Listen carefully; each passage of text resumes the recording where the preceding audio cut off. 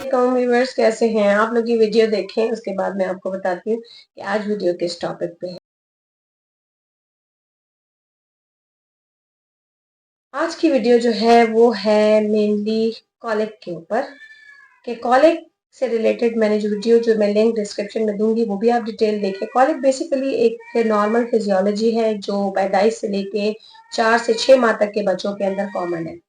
इसमें होता क्या है कि blood circulation towards your intestine जो है वो थोड़ी सी वीकन या स्लोअर होती है, क्योंकि इंटेस्टाइनल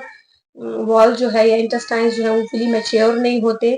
जिसकी वजह से गैशियस रिटेंशन या गैशियस डिस्टेंशन हो जाती है, जिसकी वजह से एब्डोमिनल क्रैम्प्स हो जाते हैं। जैसे क्योंकि ये रिपीटेडली बार बार मैं भी वीडियोस बना रही हूँ, लेकिन अवेयरनेस इतनी स्पीड से आ नहीं रही और लोगों को इतनी समझ नहीं आ रही। तो करते क्या है पेरेंट्स जो है कि वो इस नॉर्मल फिजियोलॉजी को दवाइयों से ट्रीट करने की कोशिश करते हैं, जिसका नतीजा ये होता है, चूंकि स्टमक की कैपेसिटी पे मैंने बार बार बात की है कि बच्चे की इन्फेंट की स्टमक की कैपेसिटी जो है वो एक चने के बराबर होती है, और जब आप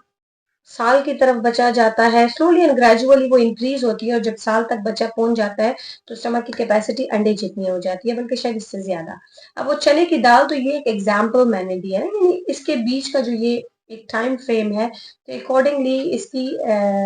जो कैपेसिटी है वो इंक्रीज होती रहती है। अब स्टार्ट में बच्चा जो है वो उसकी चूंकि सर्कुलेशन वीकन होती है टुवर्ड्स द इंटेस्टाइन, तो वो स्पैज्म में चले जाते हैं और क्रैम्प्स और ब्लोटेड स्टमक और गैशियस डिस्टेंशन, जिसको रिलीफ हम इस तरीके से देते हैं जो कि मैंने आपको वीडियो में दिखाया।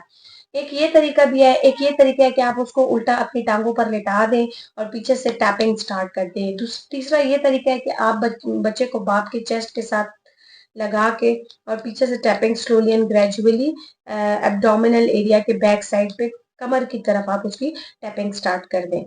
इससे बच्चा बहुत रिलीफ हो जाता है, ब्लड सर्कुलेशन भी थोड़ी सी इम्प्रूव हो जाती है, जिससे जो है बच्चा गैस खारिज करता है और रिलीफ होके सो जाता है। अगर कोई बच्चा बहुत, क्योंकि individual to individual colic vary करता है बच्चों में, तो अगर कोई बच्चा जो है वो इस चीज से भी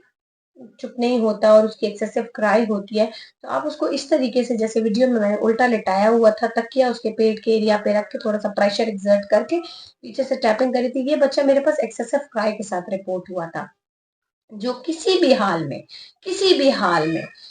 खामोश नहीं हो रहा था। पेरेंट्स क्या कर रहे थे कि उसको कॉलेज ड्रॉप से बम्बार्ड कर रहे थे, पेरेंट्स क्या कर रहे थे कि उसको multiple gripe waters and all the stuff उससे बम्बार्ड कर रहे थे, जिससे उसकी स्टमक की कैपेसिटी तो फुल हो रही थी,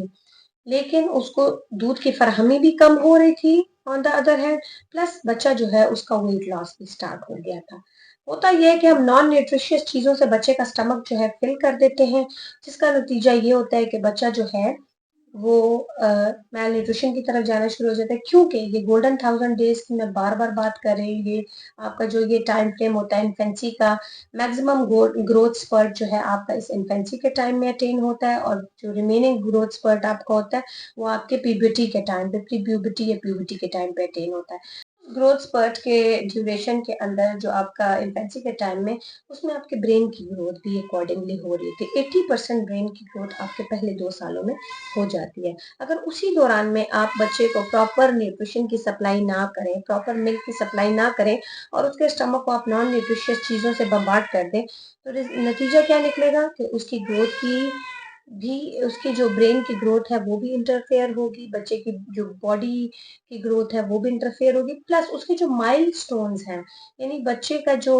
बढ़ने का अमल है, जो उसके डिफरेंट डेवलपमेंट्स के स्टेज हैं, लाइक सिटिंग हो गया, लाइक कूइंग हो गया, लाइक नेक होल्डिंग हो गया, लाइक ऑल द, उसका देखने का अमल, वो सारा इंटरफेयर होगा। होपफुली आपको मेरी बात समझ भी आई होगी और आज की वीडियो आपके लिए बहुत यूजफुल होगी। इसी के साथ मुझे इजाजत दीजिए, अपना बहुत ज्यादा ख्याल रखें। अल्लाह हाफिज।